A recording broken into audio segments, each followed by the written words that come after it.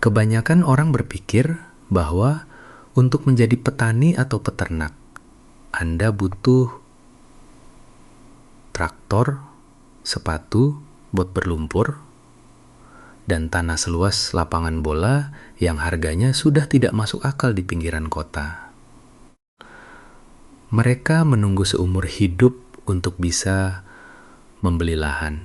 Sementara di sudut lain ada sekelompok orang yang diam-diam mengubah kamar tidur kosong, rak di garasi, atau halaman belakang seukuran parkiran mobil menjadi unit produksi pangan dan pundi-pundi ekonomi. Video ini bukan tentang romantisasi hidup di desa atau gambar estetik petani yang memegang cangkul saat matahari terbit. Ini tentang efisiensi biologis yang kejam. Kita akan membongkar 15 jenis hewan yang bisa diproduksi tanpa butuh 1 meter pun lahan terbuka. Mulai dari unggas yang sering dianggap hanya sebagai hiasan, hingga serangga dan hewan air yang nilainya per gram bisa membuat peternak sapi geleng-geleng kepala. Jika Anda masih berpikir bahwa bertani itu harus punya tanah, maka Anda sedang terjebak dalam mitos abad ke-15 yang sengaja dipelihara oleh mereka yang tidak ingin Anda berkompetisi di pasar.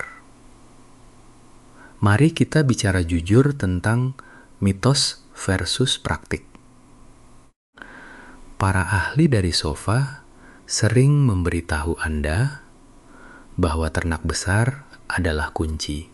Padahal kenyataannya, biaya pakan sapi atau kambing di lahan sempit adalah resep pasti menuju kebangkrutan.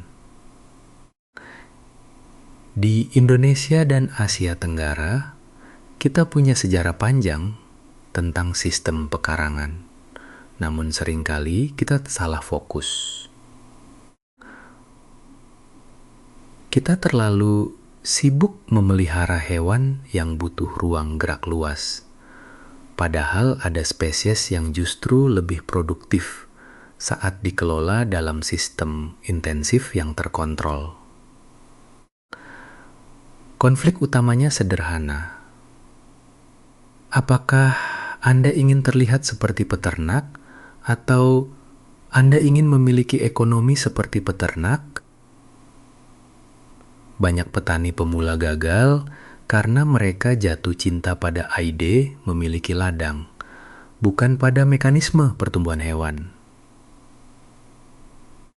Mereka menghabiskan modal untuk pagar. Sementara yang seharusnya mereka beli adalah genetika unggul dan sistem pakan yang efisien. Dasar dari semua mikropeternakan ini adalah pemahaman tentang rasio konversi, pakan, dan kebutuhan dasar yang tidak bisa ditawar. Air yang bersih adalah harga mati.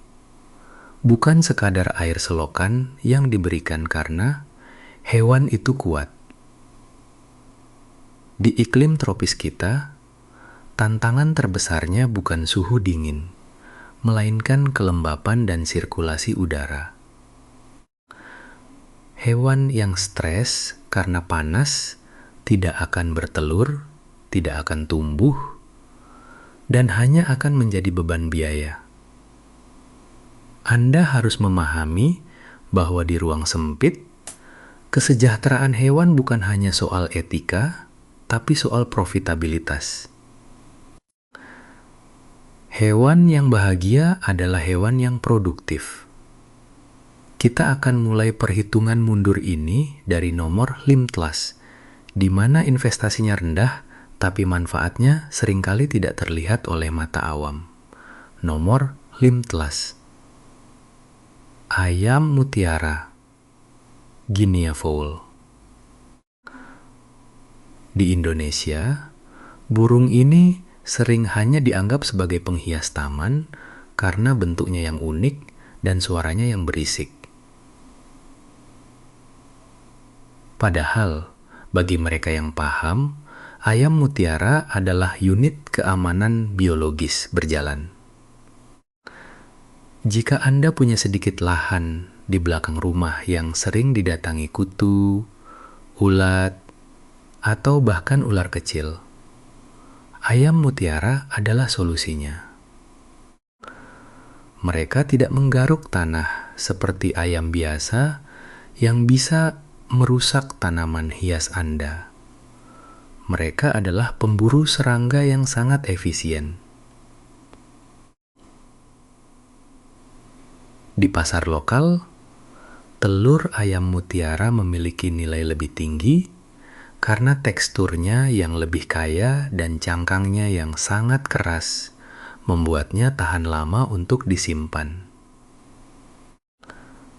Selain itu, menjual anakan atau kit adalah pasar yang konsisten karena banyak pemilik lahan mencari mereka sebagai pengendali hama alami tanpa bahan kimia. Mereka bisa hidup dalam kandang koloni kecil dengan rasio pakan yang mirip dengan ayam, namun dengan daya tahan tubuh yang jauh lebih tangguh terhadap penyakit tropis. Nomor Launtalas. Bebek Haki Campbell. Jika Anda merasa memelihara ayam petelur itu sulit karena produksinya yang tidak stabil, maka Anda belum bertemu dengan mesin petelur bernama Haki Campbell. Secara historis, ras ini dikembangkan untuk satu tujuan: memproduksi telur sebanyak mungkin dengan input seminimal mungkin. Di saat ayam petelur paling hebat pun mungkin hanya sanggup memberikan 2,5 hingga 2,4 telur per tahun, Haki Campbell bisa menembus angka 300 hingga 3,2 telur. Bebek ini tidak butuh kolam renang mewah. Mereka hanya butuh wadah air yang cukup dalam untuk mencelupkan kepala agar saluran pernapasan mereka tetap bersih. Keuntungan mengelola bebek di lahan sempit atau bahkan sistem dalam ruangan indoor adalah konsistensi mereka.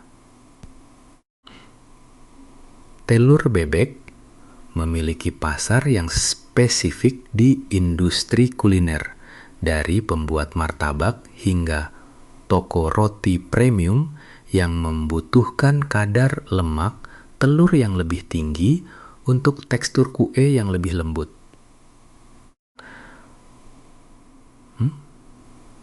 Ditambah lagi, kotoran bebek adalah pupuk organik cair yang sangat tinggi nitrogen, yang jika dikelola dengan benar bisa menjadi produk sampingan yang laku dijual ke tetangga yang hobi berkebun. Ini adalah contoh nyata bagaimana limbah menjadi nilai tambah. Sebuah prinsip yang akan terus kita temui seiring kita naik ke peringkat yang lebih tinggi di daftar ini. Melanjutkan perjalanan kita harus menghadapi satu kesalahpahaman besar yang sering membunuh bisnis peternakan sebelum dimulai. Anggapan bahwa skala kecil berarti hasil kecil. Di dunia pertanian konvensional, itu mungkin benar. Tapi di dunia mikropeternakan, efisiensi adalah segalanya.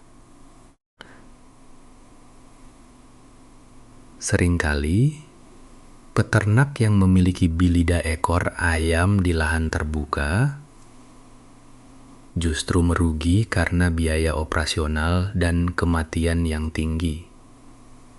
Sementara mereka yang mengelola 2 ekor hewan Eksotis di dalam ruangan justru memiliki margin keuntungan yang bersih.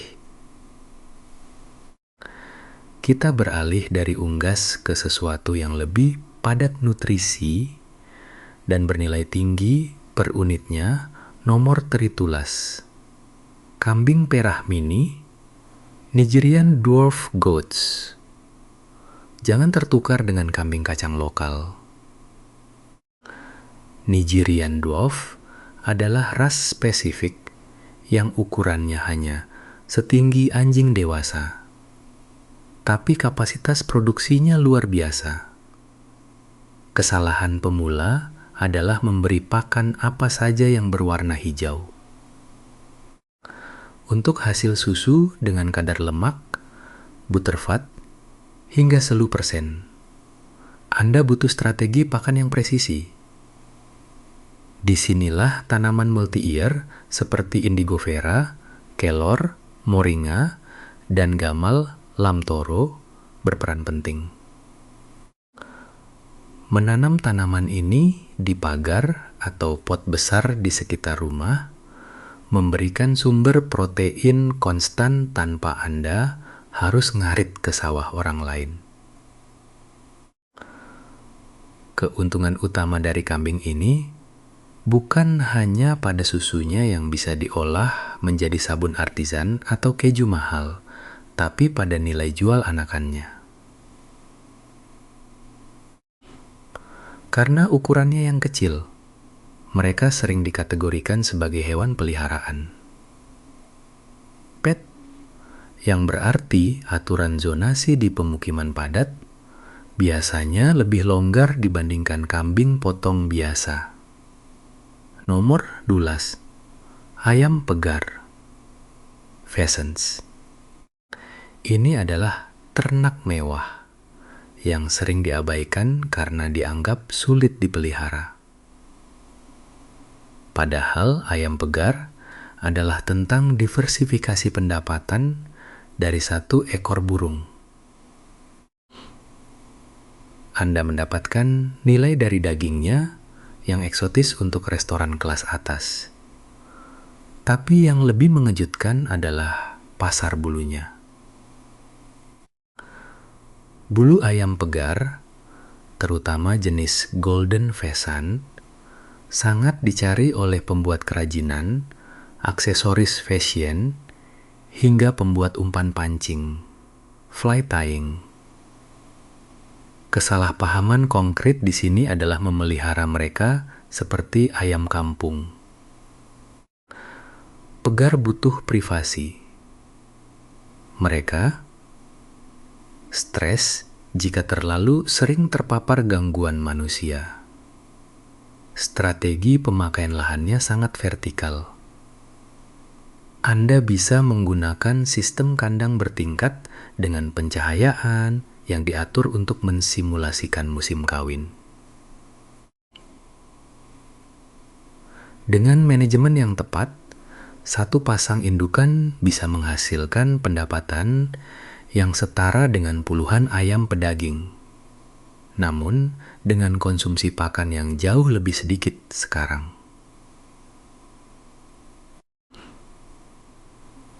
Kita masuk ke wilayah yang mungkin membuat sebagian orang tidak nyaman, tapi inilah di mana efisiensi ruang mencapai puncaknya, serangga.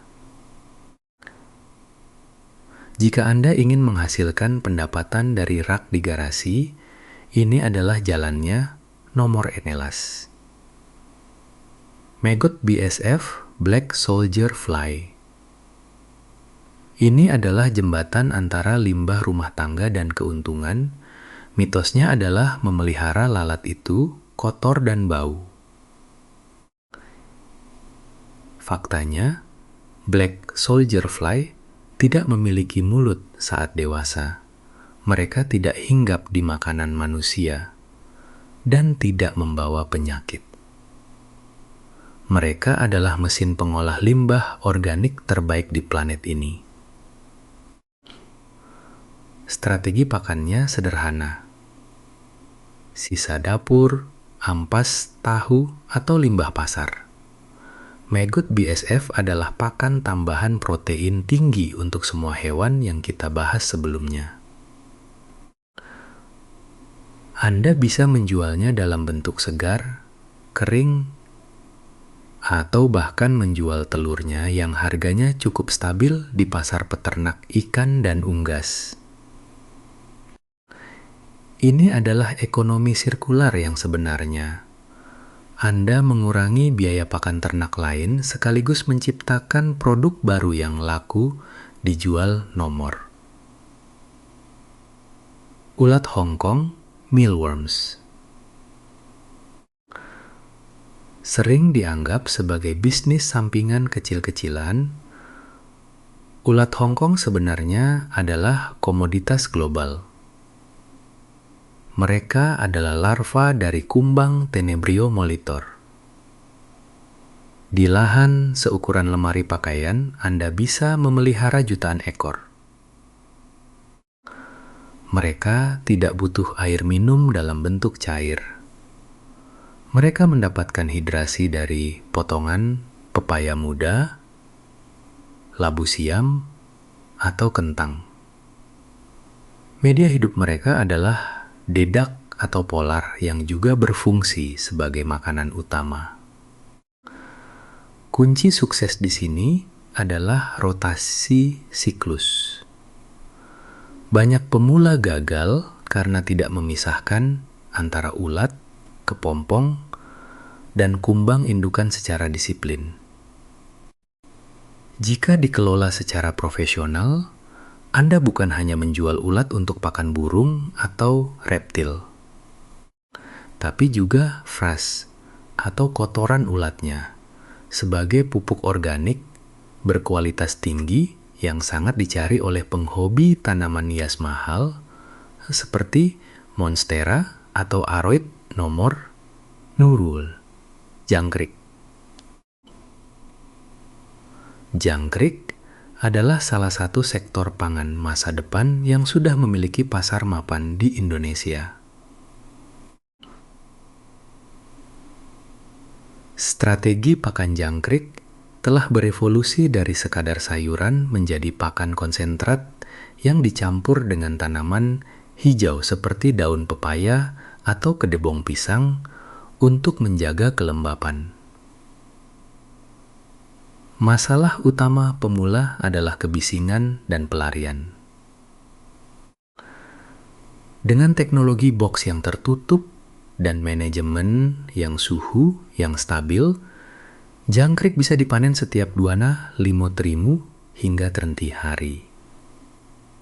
Ini adalah siklus perputaran modal yang sangat cepat. Pasar jangkrik tidak hanya terbatas pada pakan burung, tapi mulai merambah ke industri ekstraksi protein dan bahan umpan pancing. Keunggulannya, Anda bisa memulai hanya dengan beberapa kotak plastik di sudut ruangan yang tidak terpakai. Tidak butuh lahan terbuka. Tidak butuh sinar matahari langsung, hanya butuh ketekunan dalam menjaga sanitasi kandang agar terhindar dari virus dan predator seperti semut atau cicak.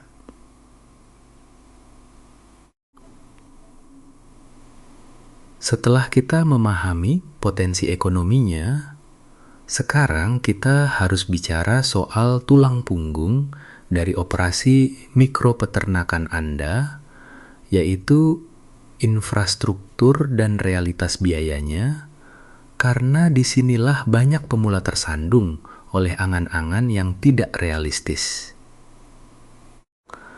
Lupakan pagar kayu mahal atau padang rumput yang luas karena di dunia tanpa lahan, pagar Anda adalah dinding kotak plastik transparan, panel kawat vertikal, atau sistem rak yang memanfaatkan setiap inci kubik ruang udara di garasi Anda. Konsep grazing atau penggembalaan dalam mikro peternakan berubah menjadi rotasi media dan manajemen batch di mana Anda tidak memindahkan hewan ke rumput baru, melainkan mengganti substrat yang sudah jenuh dengan nutrisi baru untuk mencegah penumpukan amonia dan patogen. Seringkali, para ahli dari sofa akan mencoba menjual kepada Anda apa yang saya sebut sebagai pakan ajaib atau serum 1, tetes selesai semua yang diklaim, bisa mempercepat pertumbuhan ternak secara instan tanpa perlu manajemen suhu atau nutrisi yang benar. Mari kita bersikap jujur bahwa dalam biologi tidak ada jalan pintas yang ajaib. Yang ada hanyalah optimalisasi metabolisme melalui rasio protein, karbohidrat, dan mineral yang tepat sesuai kebutuhan spesies. Jika Anda memelihara nomor waluandu, yaitu Bekikot escargot, maka kebutuhan utamanya bukan hanya sayuran sisa, tapi kalsium tambahan dari cangkang telur atau batu kapur pertanian untuk pembentukan cangkang yang cepat dan kuat di dalam kandang plastik yang lembab namun berventilasi baik. Di sisi lain, jika Anda melirik nomor 7, yaitu lobster air tawar atau crayfish, biaya terbesar. Anda bukanlah pakan melainkan listrik untuk aerator dan sistem filtrasi, karena di lahan sempit air akan cepat sekali kotor oleh sisa pakan yang membusuk. Strategi pakan yang cerdas adalah dengan tidak bergantung pada satu sumber pakan pabrikan saja. Misalnya untuk nomor las, yaitu ulat sutera. Anda harus memastikan pasokan daun murbe yang stabil, karena sericulture atau budidaya ulat sutera adalah tentang manajemen tanaman inang, sama banyaknya dengan manajemen ulat itu sendiri. Keamanan dan kebersihan menjadi sangat krusial karena di ruang tertutup penyakit bisa menyebar secepat api dalam sekam, sehingga Anda butuh protokol biosecurity sederhana seperti mencuci tangan sebelum memegang koloni nomor lamu, yaitu kecoak dubia atau nomor teri, yaitu isopoda, yang saat ini harganya sedang melambung di pasar kolektor. Kecoak dubia seringkali menjadi korban mitos bau dan kotor. Padahal mereka adalah serangga tropis yang bersih asalkan Anda menjaga suhu di angka trantia derajat Celcius menggunakan pemanas bawah yang efisien dan tidak membiarkan sisa sayuran membusuk lebih dari riwini pitu jam. Biaya tipikal yang sering terlupakan oleh pemula adalah biaya starter stok atau indukan berkualitas. Jangan tergiur dengan indukan murah yang tidak jelas silsilahnya, karena dalam bisnis nomor pet yaitu udang hias atau Neocaridina. Genetika adalah segalanya, di mana satu ekor udang dengan warna yang solid bisa berharga 10 kali lipat dari udang dengan warna yang pudar, meskipun biaya pakannya sama.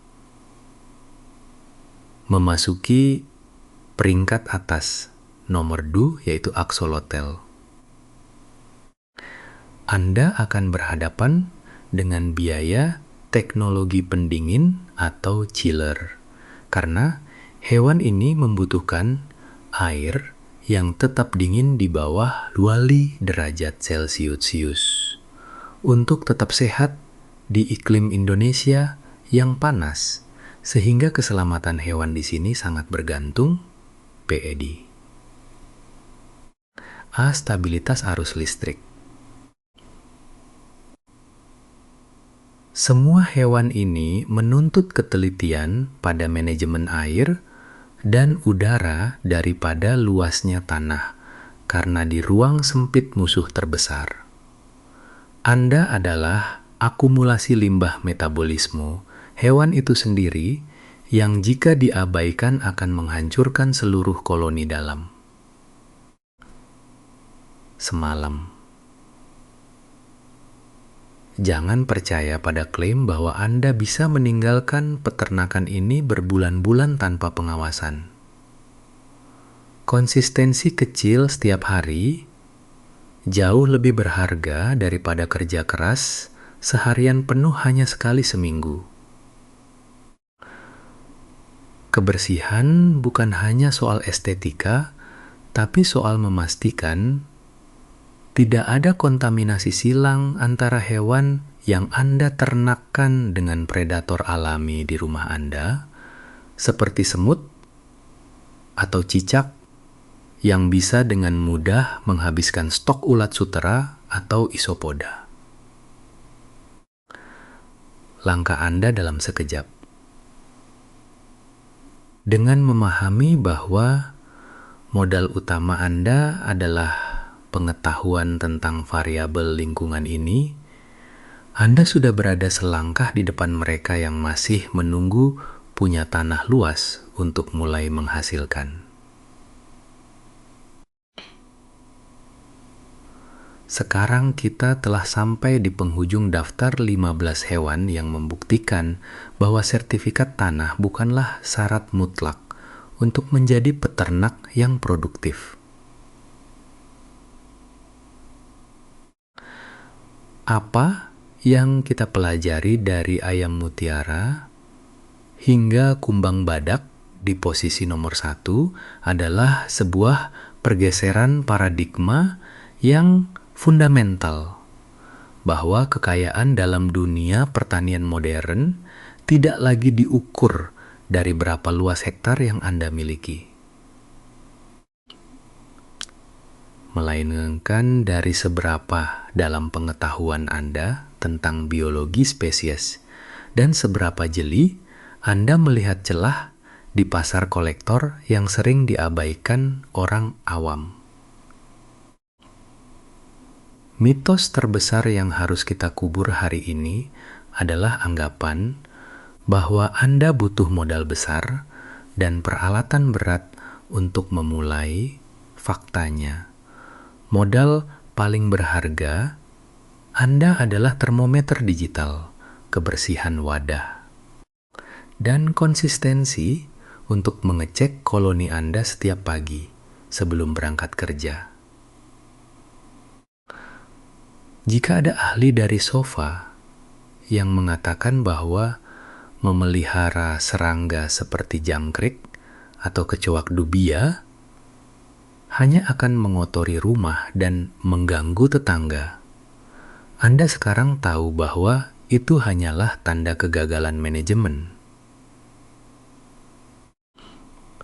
Dengan teknik biosecurity yang benar dan kontrol kelembapan yang tepat,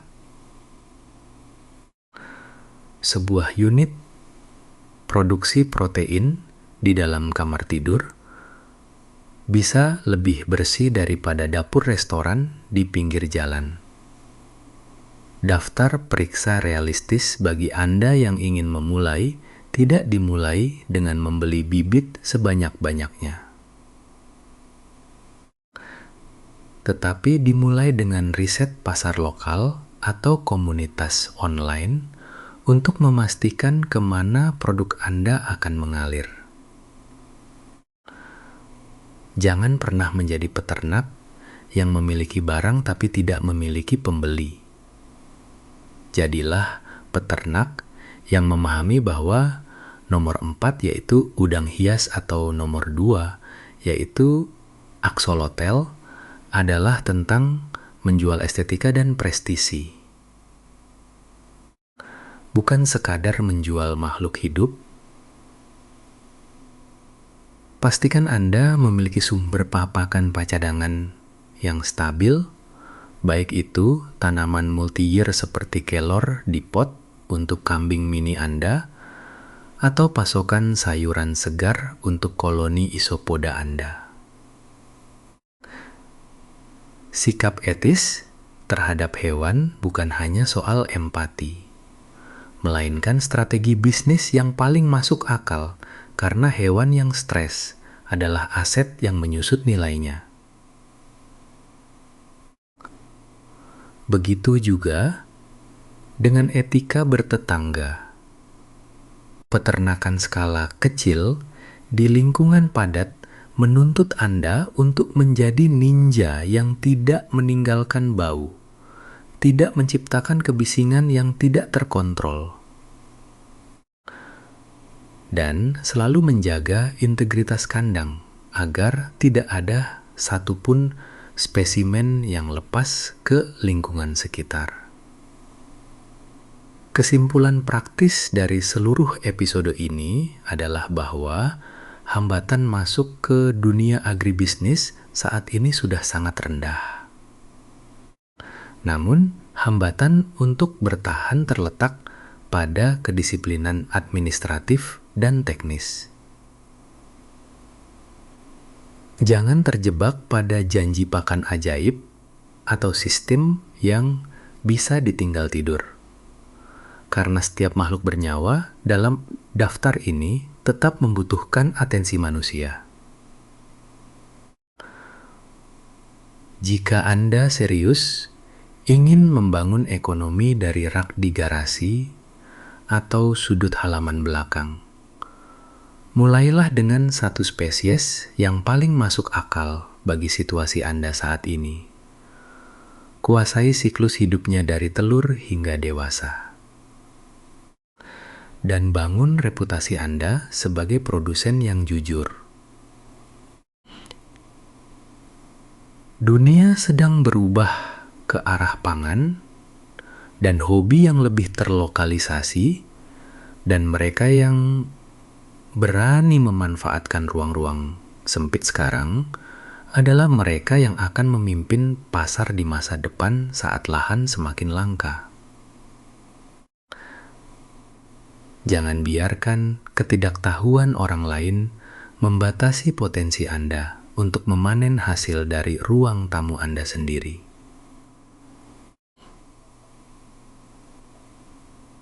Jika informasi spesifik seperti ini yang Anda cari, informasi yang membongkar mitos dan memberikan jalur praktis menuju kemandirian ekonomi tanpa harus menunggu punya tanah luas, maka pastikan Anda sudah menekan tombol